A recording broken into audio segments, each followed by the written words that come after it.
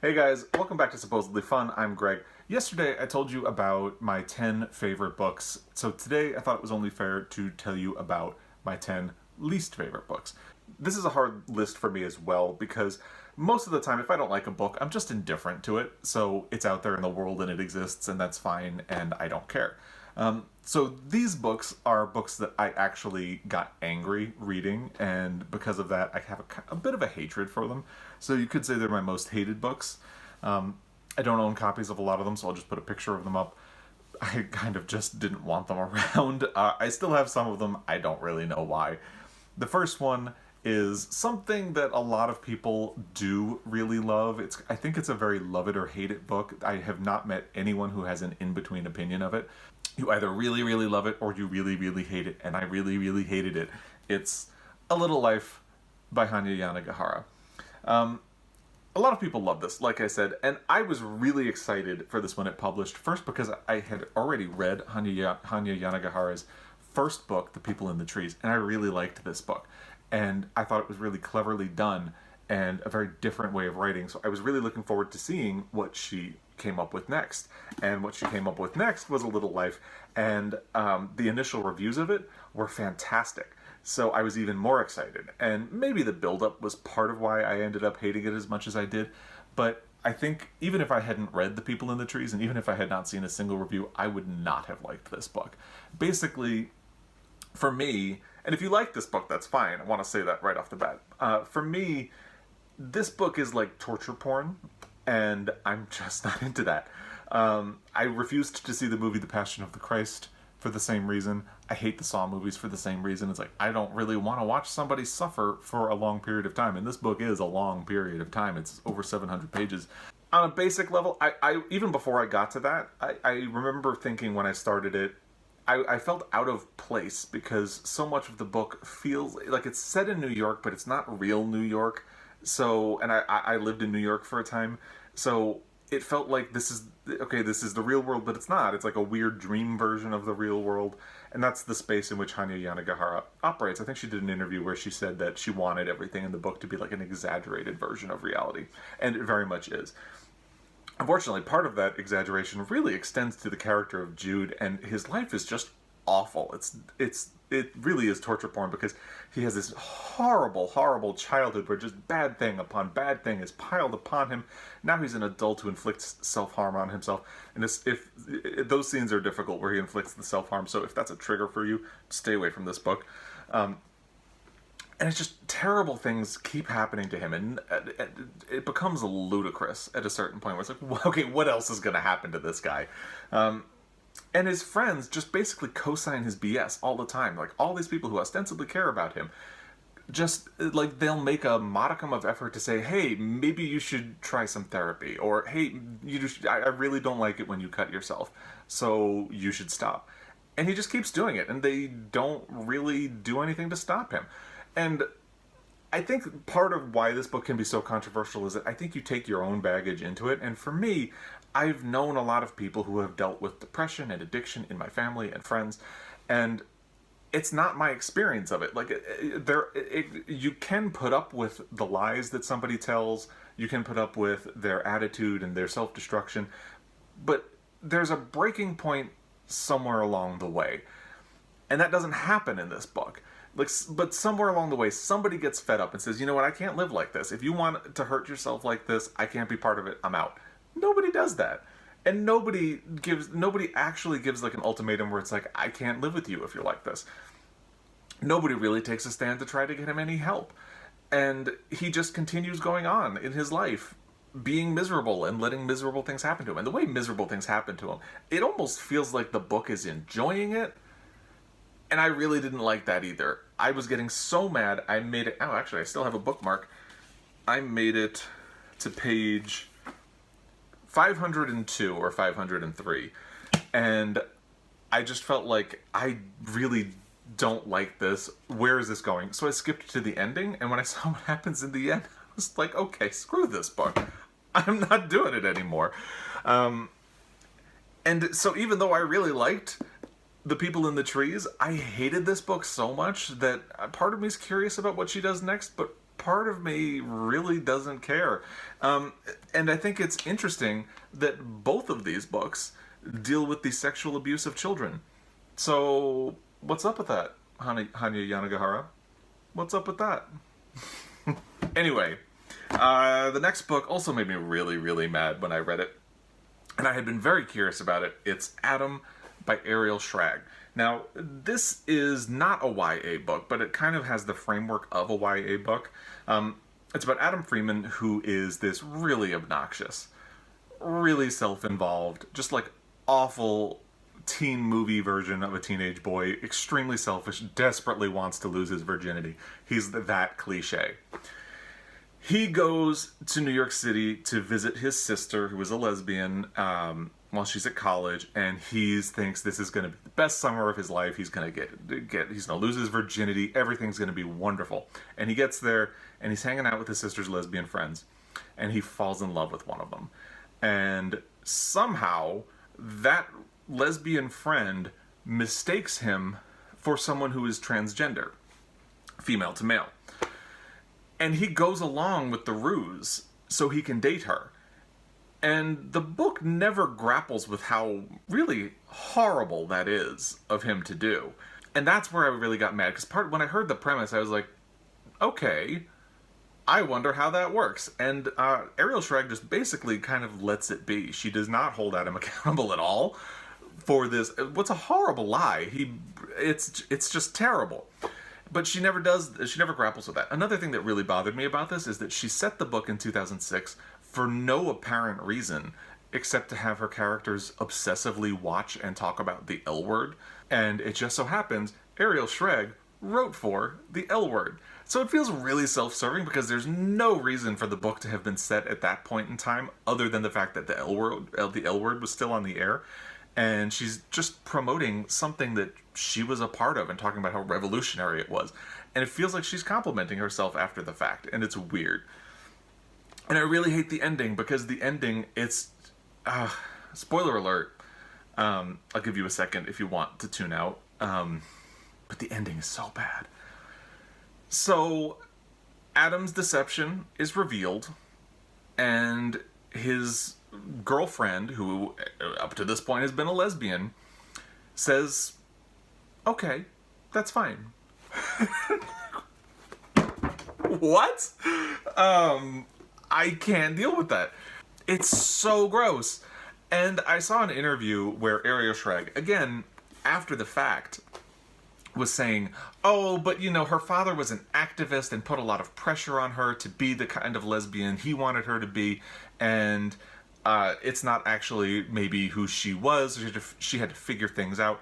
Well, there's nothing in the book that supports that. The book presents her as a lesbian, and it's very like Lois Lane not noticing that Clark Kent is Superman. They have sex, and she doesn't notice, which makes, and the way it's written, it makes it feel like a poor reflection on the girl in the equation. I hated everything about this book. And when I read, I'll tell you about the first book I ever threw across the room in frustration. This was the second. There have only been two. I'll get to the first one. This was the second. By the way, when I do these videos, I can see Adam on my bookshelf every time, and it burns me up. So I almost feel like I should just take it off the shelf. So, fun little bit for you to know if you come back for any more of my videos, or if you watch any of my previous videos. This bothers me. Next, let's talk about a book that would have been the third book I ever threw across the room, except that when I finished it, or when I got to the point that really made me angry, it was late at night, and I was in bed reading with the light on, and my husband was asleep in bed next to me, so I felt like if I threw it across the room, it would have been a really irresponsible thing to do, because I would have woken him up. Had I been reading it under any other circumstance, it definitely would have been launched across the room. It is Ian Fleming's The Spy Who Loved Me. Now, anybody who's seen a Bond movie, you don't have to have read the books. If you've seen one of the Bond movies, you know that they have a very complicated relationship with women. And by complicated, I mean terribly misogynist. And the new movies are trying to do a little bit better. They've had varying degrees of success. If you read the books, they don't even try. It's all just there. I don't know why I tortured myself. I read every single one of the James Bond books that Ian Fleming read. And by the time I got to this one, I was already really tired, because it makes you weary. trust me. They're really dated, they can be really badly plotted, and their attitude toward other races and toward women is pretty despicable. And The Spy Who Loved Me is the one that really broke me. I did finish the series, there were only 2 books after that, and I felt like I'd gotten that far, I might as well just hate read them. But this is the one that really broke me. Going into it, I thought it might be refreshing because it takes a very different tact than the other books in the series. James Bond is not the main focus of the story. The main focus of the story is a woman. Her name, I'm blanking, Vivian, is the main focus of the story. So Vivian is described on the back cover as the most seductive challenge of his career. It says she's known many different kinds of men. A romantic young aristocrat bursting with youthful passion. A coldly calculating European. It explains all the men that she has been with. And it's right off the bat, the cover of the book, like the description on the inside flap, is making her sound like a nymphomaniac. That is not the case when you read the book. She's just a normal woman. They don't tell you that the romantic young aristocrat was somebody she worked with, I think, and she got pregnant. He forced her to have an abortion and treated her like crap and fired her. The calculating European... I think the calculating European is the one who made her get the abortion. The aristocrat basically... Oh, yes, the aristocrat was like her young love who forced her to have sex with him and then dumped her and left her. So basically, they're making it look like she's a seductress. She has been seduced and then mistreated by men very badly. So now she's in a hotel in the middle of nowhere in America, and these men show up at the hotel late at night, and they start threatening her with violence. It's really creepy. And then James Bond just shows up out of nowhere and saves her life. So already, the book is extremely problematic. And then she sleeps with James Bond, which doesn't make sense because they're not out of danger yet. But she sleeps with him. And this happens. I made a note of the quote. Ian Fleming writes, "All women love semi-rape. They love to be taken. It was his sweet brutality against my bruised body that had made his act of love so piercingly wonderful."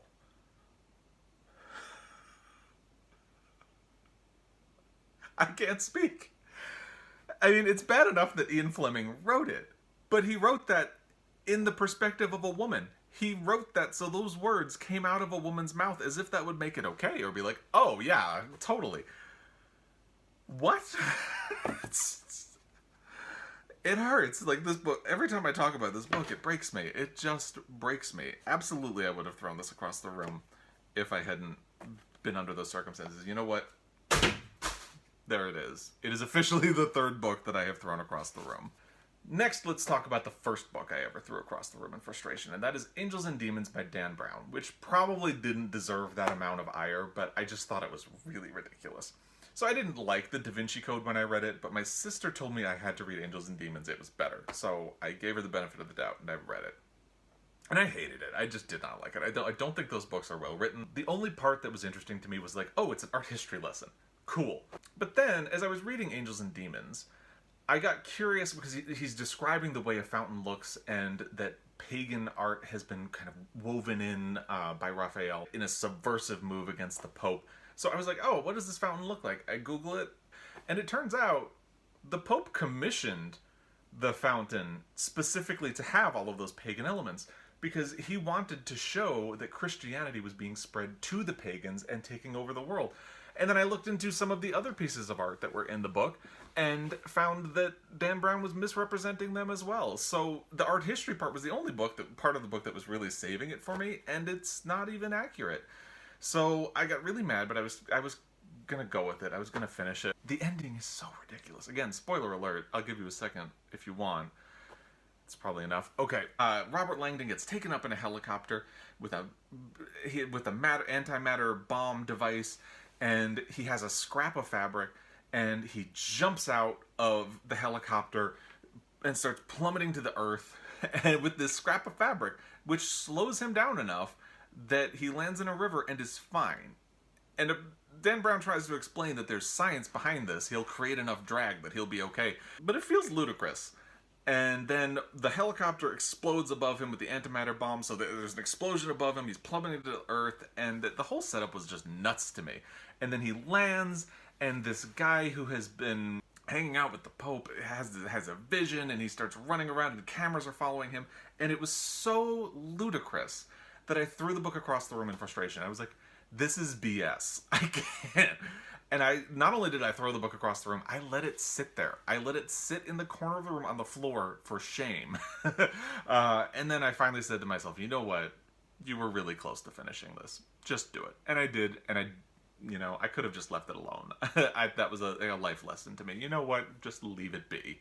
And that is Angels and Demons. Next, let's talk about Dexter is Dead, which was the final book in the Dexter series written by Jeff Lindsay. So again, there will be spoilers for this book. I was fed up with this series after the third or fourth book. They really devolved into repetitive storytelling tropes, and you could tell that Jeff Lindsay just really wasn't into writing the series anymore, but he's still going. And that really bothered me. So I was kind of ready to give up on the series. But then Dexter's Final Cut came out, which was the second to last book, and it really upended the series. He killed off the character of Rita, who was Dexter's wife, and which hadn't happened in the books. It did in the TV series. I thought, oh, you know what, that's interesting. He's shaking it up. Okay, maybe he's going to be interested in it again. It'll be different. And one thing that had really bothered me was that every book seemed to end with Dexter's kids, Cody and Aster, getting kidnapped. And at a certain point, I was just like, why does every book end with the kids getting kidnapped? Can we please get away from that? And Dexter's Final Cut does have Aster getting into a bad situation, but it was a little different. And like I said, the fact that he had the audacity to kill off Rita made me feel like, okay, maybe he's going to go in a new direction. And then it came out that the next book was going to be his last book, and I was kind of surprised, but I thought, you know what, okay, maybe he's going to go out with the bang. The plot of the book sounded promising for that. It's supposed to be about, so at the end of Dexter's Final Cut, Dexter finds Rita's body, and Dexter is Dead picks up with him in jail because he has been accused of Rita's murder. So he's in prison, and he is potentially going to have to answer for a crime he did not commit, which he's indignant about, but he's committed so many other crimes that it's kind of... The premise sounded interesting, because it's like he is culpable of crimes. He deserves to be punished, but he's not guilty of this crime. So that would have been a really interesting dilemma, like a twist on it. If only Jeff Lindsay had been interested in writing that book, because instead that plot line goes out the window alarmingly quickly. And instead Jeff Lindsay brings Dexter's brother back, and Dexter's brother has gotten mixed up with this supervillain, mob boss character. It just devolves into all of the same storytelling tropes that he'd beaten to death in previous books. It's so lazy, it's almost offensive to anybody who had stuck with the series as far as this. And what happens? The kids get kidnapped. And that's what leads it into the final showdown.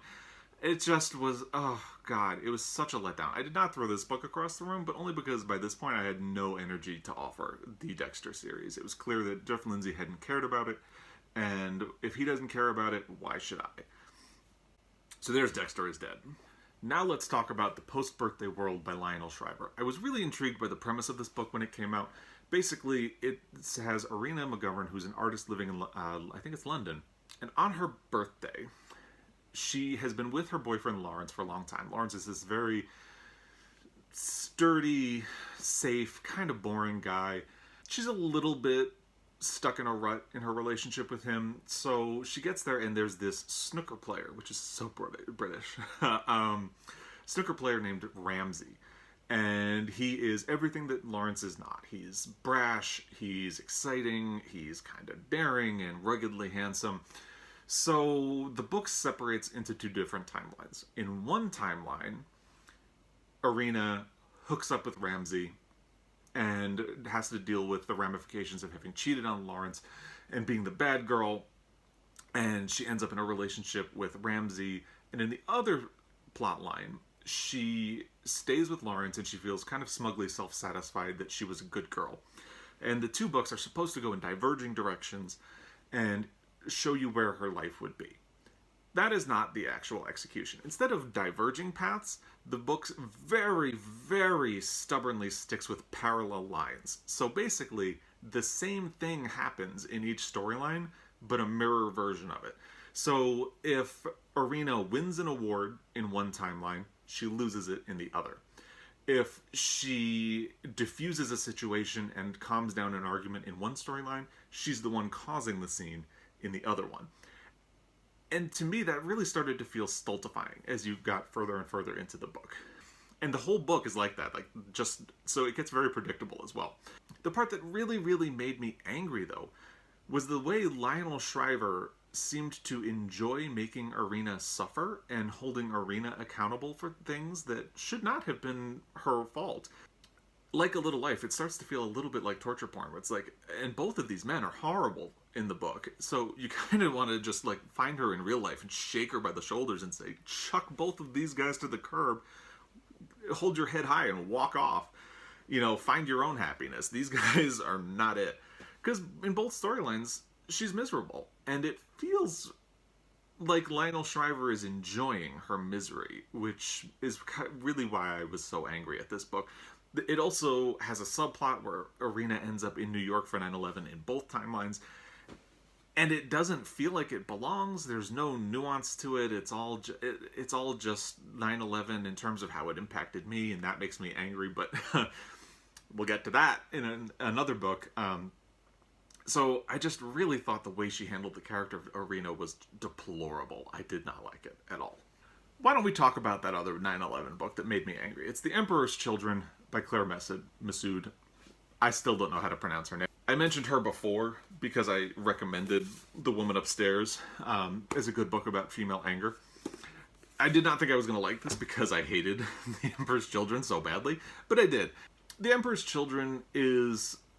I didn't like it before 9/11 happens in the book because it's very much about these smug, self-involved New Yorkers, and maybe it's that I grew up around New York City, so I kind of knew that person anyway, and I didn't feel like I wanted to read about them.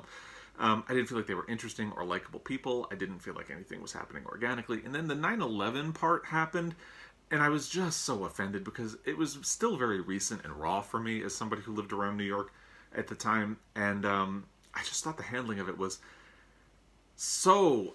Like she keeps building up to it as if it's going to change things and it's going to impact their lives. And then it doesn't. Like every character, except for maybe a minor one, survives 9/11, and the only consequence is that a magazine has to close down, and this is treated like the end of the world, and it's like people died.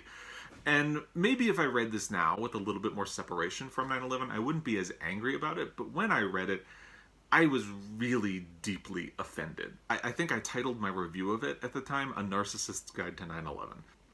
And that is how I felt about it. It's probably, like I said, maybe I should reread it at some point to see if I still get so angry about it. But I definitely got that angry at the time. And given how little I liked about the rest of the book, I will probably never revisit it. Oh, talking about all these books is breaking my will. Look at how I'm slumping now. Let's talk about Hannibal next by Thomas Harris. I think this was the first book that was event publication for me. I was really looking forward to it when it came out. I had already read Red Dragon and Silence of the Lambs and thought both of them were really good mystery thrillers, very deftly plotted and very creepy. Of course, The Silence of the Lambs is a classic movie.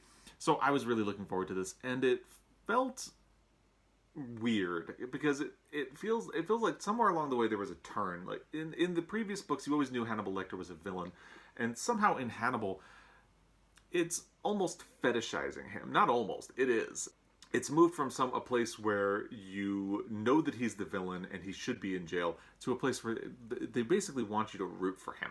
And I was not going to board that train. I was like, no, thank you. There's also treatment of a woman who looks kind of mannish. The way the book writes about her is just disgusting and gross and really offensive. But the ending is what really, really tipped this into anger territory because, again, spoiler alert, Clarice Starling gets kidnapped by Hannibal and brainwashed into becoming his lover.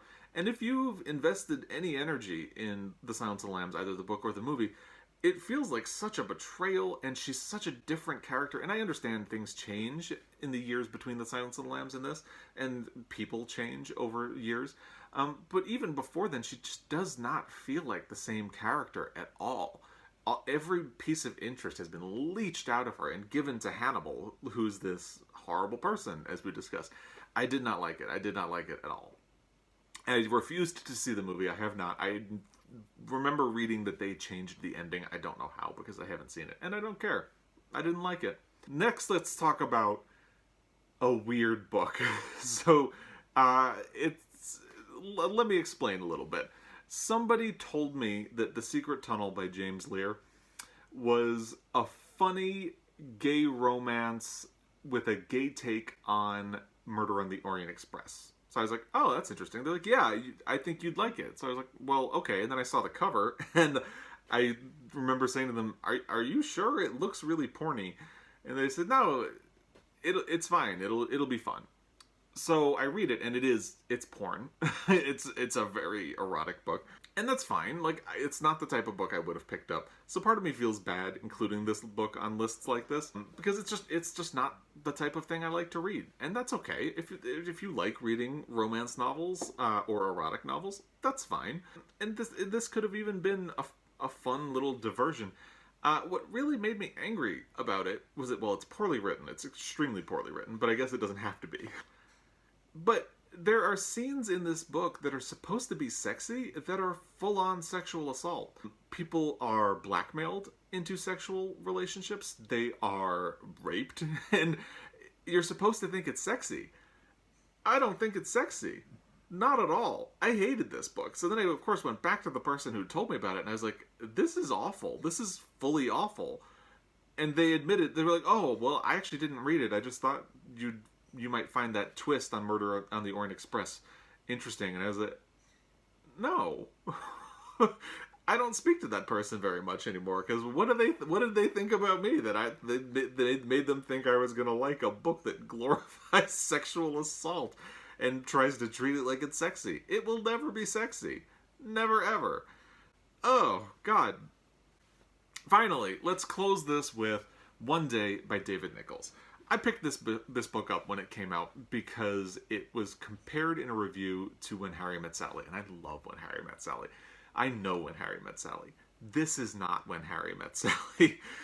Again, spoiler alert, but imagine When Harry Met Sally if Harry was an atrocious train wreck of a human being who treated Sally like dirt, but she loved him very deeply and spent the entire movie trying to fix his life and make him a better person. And then finally, they begin a relationship and she dies, tragically. But it's okay, because you're supposed to feel heartwarmed by this because her love saved him and made him a better person. Girl, no. You deserve better than this. Get out there. This guy's dirt. Oh, all she needed was a gay friend. Her and Arena. So, I just couldn't deal with this book because that's what it is. I think that especially, this book is written by a man because it reduces the woman to this savior complex figure where she has to save the man and make him better. But no, she should be running out the door the whole time. It's terrible. It's terrible. Oh, God, I hate it. And then the ending, when she dies, oh, it hurts. It really hurts. Okay, well, I'm a broken human being now, so I should get this over with and done and try to go get some coffee and cheer myself up a little bit. If you disagree, if you liked any of these books, let's fight about it. Leave me a comment. If you agree with me and think these books are terrible, let's talk about that, please. I have a lot of emotion about it, as you can see. If you have other recommendations or things like that, let me know, and I'll be back again, so subscribe to the channel if you want more. Until then, happy reading. At least I wish you happier reading than these books gave me. Anyway, if you liked what you just watched, please subscribe, watch another one of my videos, or leave me a comment. And thank you for watching. I really, really do appreciate it. If you've returned from watching a previous video or you're already a subscriber, thank you for that as well.